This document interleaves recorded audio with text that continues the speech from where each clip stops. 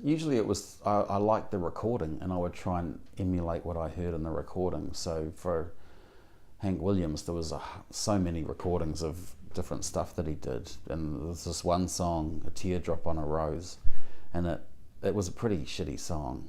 It's pretty schmaltzy. It's about a guy going into a garden and he sees a teardrop on a rose, and that symbolises how he's feeling. And it was really, when I tried to sing it, I realised it wasn't the strongest song in the world, but something about the recording and the way he sang really got me. And it was the warmth in the microphone sound, and it was the sort of the reverb that he had on the voice that really gave him these really long notes, and he sang specifically for that sound. Like, it wasn't like he sang it the normal way he sings and then they put the reverb on afterwards. It was like that's how he heard it, and he really delivered it into that environment.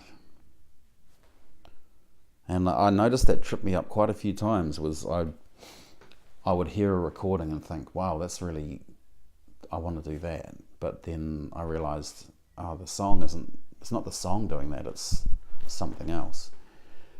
So then I started to think about, I guess that led me into the idea that songs, you can take them wherever you want. And that was definitely opened up in my mind by this, how radical the Johnny Cash's American Recording series that came out by Rick Rubin seemed at the time. Now it's so logical and so obvious.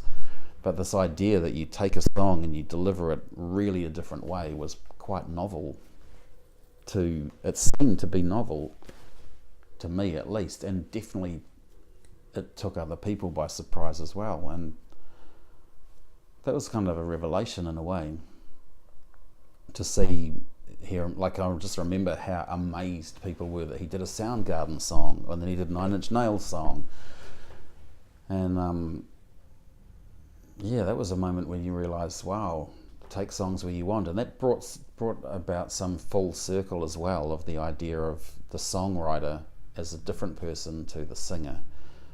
And that's something that keeps getting stronger and stronger in my mind. And I'm sure that's something that's not just limited to me, but the whole musical comprehension we have as people will take that on stronger too. And we will have artists who just interpret songs again, and they don't write them. We already do, but in a much more secretive way, that you would look up who actually wrote that Adele song and realise, oh, it wasn't her, what a surprise. But do most people know that? Whereas with Frank Sinatra, it was totally obvious that and Billie Holiday and these artists, that they delivered, they didn't create.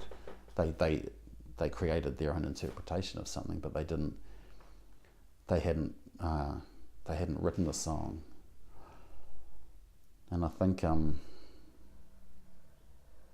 the interpretation idea led me pretty clearly into the path I feel like I'm quite strongly on now, with definitely the way I see musical ownership and influence as something not to try and hide or disguise or anything. It's something just let it all go in the same direction. And that's a contextual thing too, because whenever I perform in Europe, I get a really different response than when I perform in the States. And one thing that keeps striking me about performing in the USA is people think, what's this music and that you do, and how did you make it, and where does it come from? And that blows me away, because to me it's American roots music, blues, country based stuff, folk music. There's a heavy European folk influence in there too, but to them it doesn't sound like American music. And so then I'm like, well, what is that sound to you? Because it's not the chords and it's not the lyrics. And then maybe it's like a production value or something, that they're used to hearing country music that sounds like this. So that's something that often gets me by surprise.